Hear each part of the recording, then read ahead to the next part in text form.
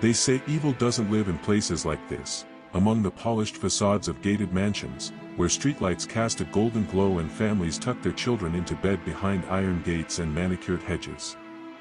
They say that kind of darkness belongs somewhere else. But on the night of October 30th, 1975, it came home to Bellhaven. This is Samuel, and you're listening to another chilling chapter on Samuel Podcast.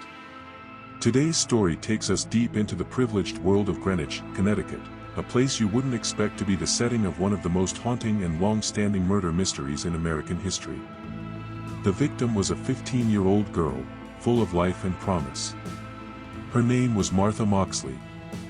She was funny, bright, kind, and she had no idea that mischief night, a time for pranks and teenage laughter, would end in brutality, her body discarded under a tree in her own backyard.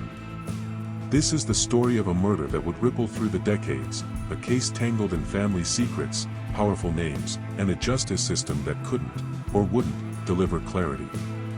It's a story that starts in the shadows of high society, but ends in the hearts of those who still seek answers. It all began in Bellhaven, a secluded, opulent neighborhood tucked away in Greenwich, Connecticut, a town known for its wealth, discretion, and proximity to power. Bellhaven was the kind of place where homes weren't just homes, they were estates. Generational wealth, old money, and long-standing reputations all mingled in this seemingly untouchable world. But in this peaceful illusion, something sinister was festering. The Moxley family had moved there just a year before the tragedy. Originally from California, Dorothy and David Moxley wanted a better life for their two children, John and Martha. What they got instead was something no family should ever have to endure. The victim, Martha Moxley. Martha Moxley, a 15-year-old sophomore at Greenwich High School. Blonde hair, blue eyes, a glowing smile that drew people in. Martha had adjusted quickly to life in Bellhaven, becoming popular among her classmates. She was outgoing, confident, and had begun to catch the attention of the boys in the neighborhood.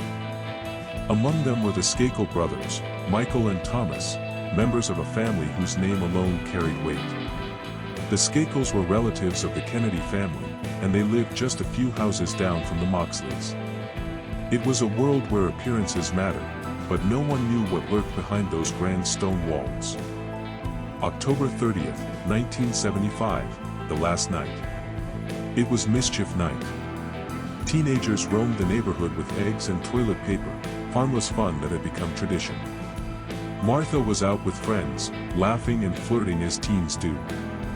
She visited the Skakel home that evening, along with several others. According to witnesses, she spent some time alone with Thomas Skakel in the driveway around 9:30 p.m. That was the last time anyone saw Martha Moxley alive. The discovery, a grisly scene. The following morning, October 31st, Dorothy Moxley awoke to an empty bedroom. Martha hadn't come home. She began calling neighbors and friends, but no one had seen her since the night before. Panic set in. Around noon, Dorothy walked outside, past the lawn, into the backyard, and that's when she found her daughter's lifeless body beneath a pine tree. Martha had been bludgeoned with a golf club so violently that the shaft shattered. A piece of it was used to stab her through the neck. The murder weapon, a 6-iron, came from a set owned by the Skakel family. It was a savage, personal killing, done with rage, not calculation. The early investigation, missed steps and delays. The Greenwich Police Department had rarely handled homicides. In fact, the last one had been years before. They weren't prepared for something of this magnitude. Evidence was mishandled.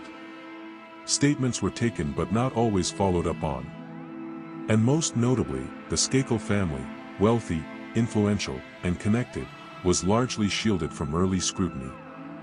The initial focus landed on Thomas Skakel. He was the last person seen with Martha.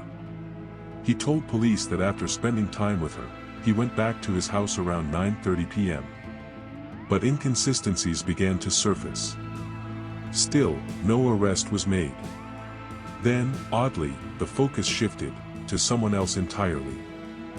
A new suspect, Kenneth Littleton. Kenneth Littleton was a live-in tutor who had just started working for the Skakel family, literally that same day.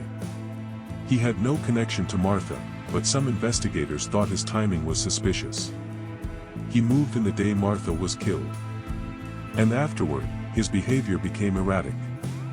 Littleton became a scapegoat in some circles, but no concrete evidence ever linked him to the crime. He would be hounded by suspicion for years, though ultimately never charged. The Skakel family and the Kennedy connection. The Skakels were unlike any other family in Belle Haven.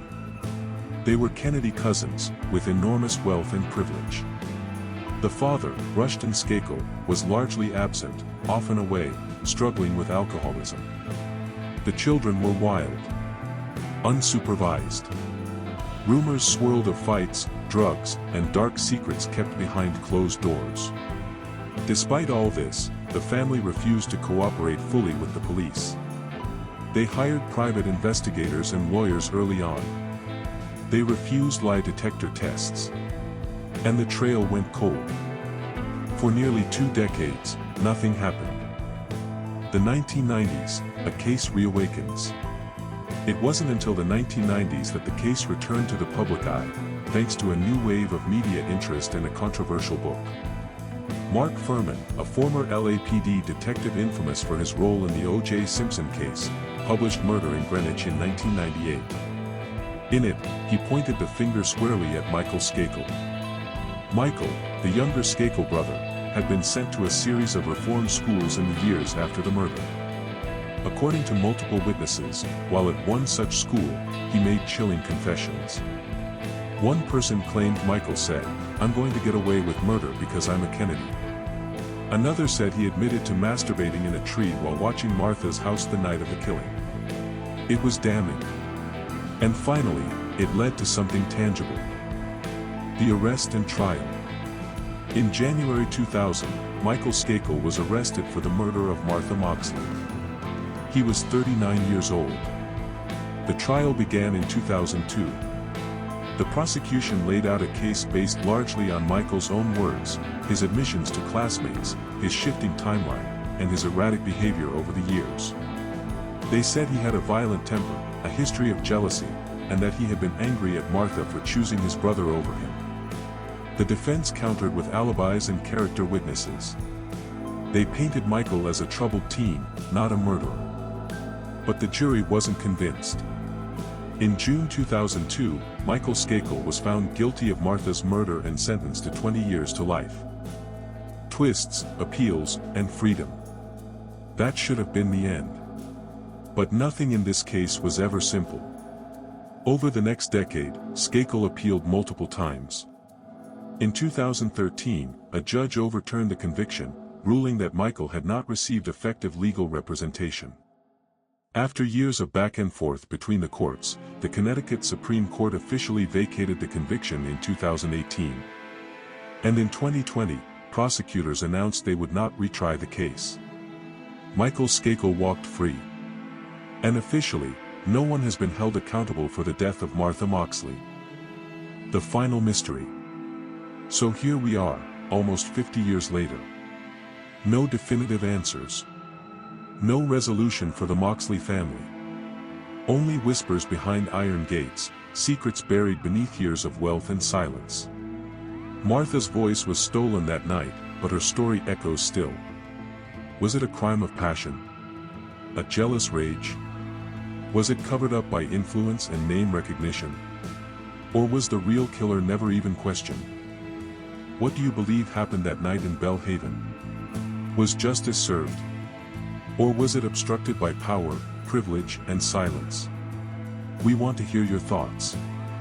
If you found this story as chilling and tragic as we did, please like this video, share it with those who care about justice, and subscribe for more in-depth explorations of unsolved mysteries. This has been Samuel, and you've been listening to Samuel Podcast. Until next time, stay curious. Stay cautious. And remember, not all monsters hide in the dark. Some live right next door.